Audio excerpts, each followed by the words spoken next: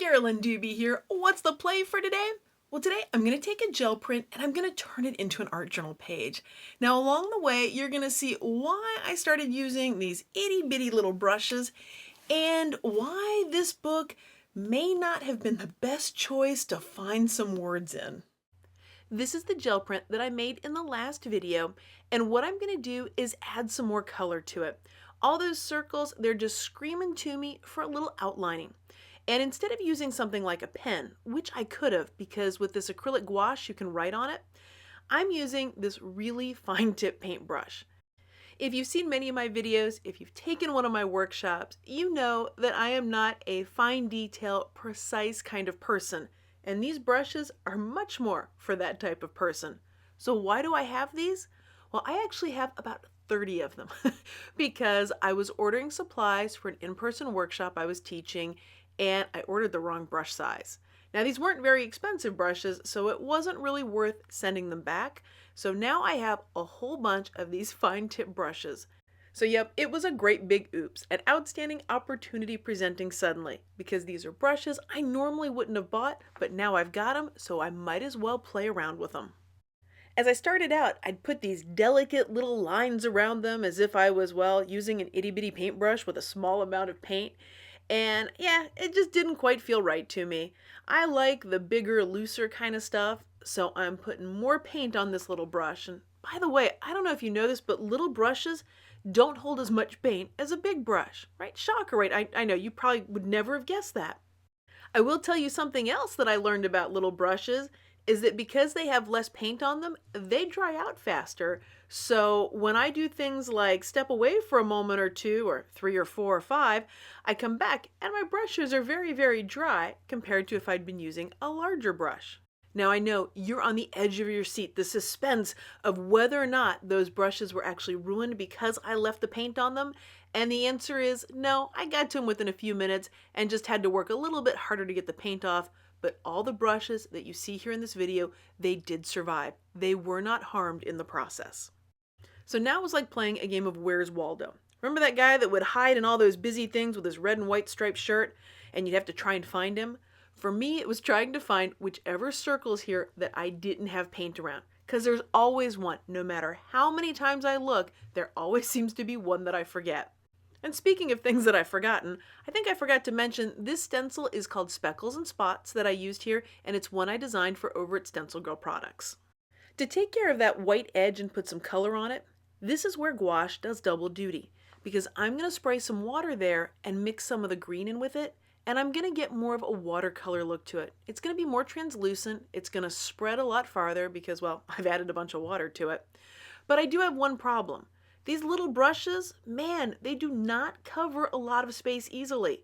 So I can either spend the next week and a half, well, that's kind of what it feels like to me in my heart right now, painting this edge, or I can actually break down and get a real size brush, one that can cover some more territory a little bit faster. Now, I shouldn't be so hard on this paintbrush. I mean, after all, it was an itty-bitty paintbrush designed to do more fine line applications than, say, a little bit larger, wider brush that's better for covering larger areas. By the way, if you're new to acrylic gouache, when you add water to it, you can spread it around like watercolor, but once it's dry, it is completely dry, meaning water's not going to reactivate it.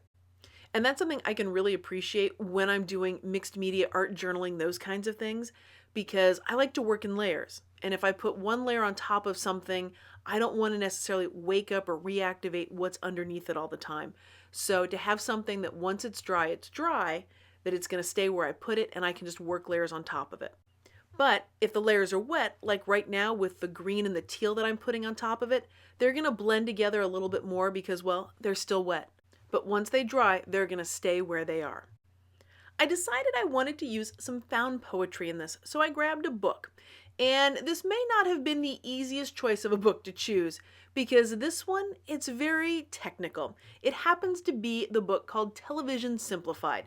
This was explaining to people how televisions worked, I think how to build them, those kinds of things. It's a 1940s kind of book. Fun book, except, well, a lot of technical knowledge in it. So I'm picking a page randomly out of here, and I'm going to choose the words for this art journal page from only this page. I've done this a zillion times where I pick a page randomly from a book and then I go through it and pick out words from it and put together the sentence or sentences that I'm going to put on my art journal page. And I can always find something in the page that I choose. And this page, I gotta tell you, I was starting to sweat it. I was getting a little nervous that I was gonna find anything at all in here. I mean, let me read one of the sentences from this book to you.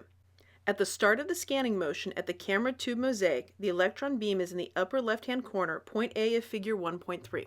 The whole thing reads like that. And I was really wondering why on earth I chose this book instead of that trashy novel that has all sorts of fun, racy kind of words in it. But I decided I'd chosen to do this and I was going to find something in here. Now, I'm not going to make you sit through this entire process because it was about 20-25 minutes for me to find the words that were in here and how I was going to turn them into something that was meaningful for me for this art journal page. So here are the words that I came up with, and they're positioned inside the little circles around the top part of the page. And they say, it's all starting, the traces add up, the process becomes possible.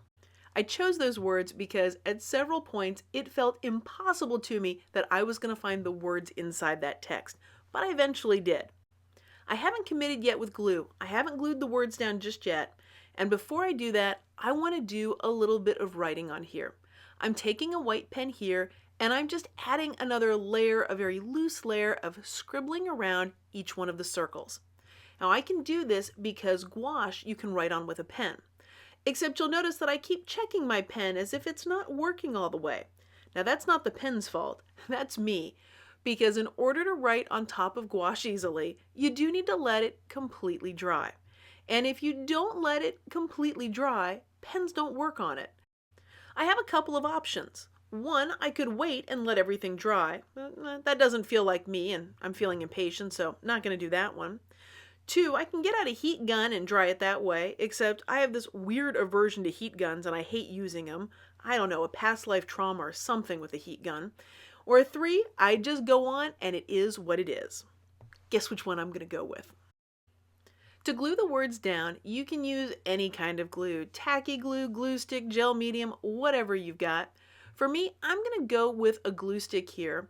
And would you like to know the big reason why I chose a glue stick? Why gel medium wasn't chosen, why I didn't go for the tacky glue, and that's simply because the glue stick was already on the counter. So the decision was made for me because it was the one that was closest to me. Because the acrylic gouache is such a matte paint, pens write really nicely on it. But again, remember, the paint does actually have to be completely dry if you want to use a pen on it. And this part is dry, so I'm able to write around the edge here, putting in some scribbled journaling with the white pen. And I'm doing something, well, quite tricky with it, right? I'm actually writing along the wiggly edge there. Now, you might think, yeah, that's not that impressive. But actually for me, when I'm scribble journaling, it's actually harder for me to do that. So I do feel a bit like I've accomplished something just by getting that to go along the squiggly line. Well, thanks so much for joining me for today's play. If you've been enjoying this video, I'd so appreciate it if you gave it a thumbs up. And if you want to see more of my fun, hit that subscribe button. That way you'll know as soon as I have a new video out. Thanks so much for letting me be a part of your colorful journey.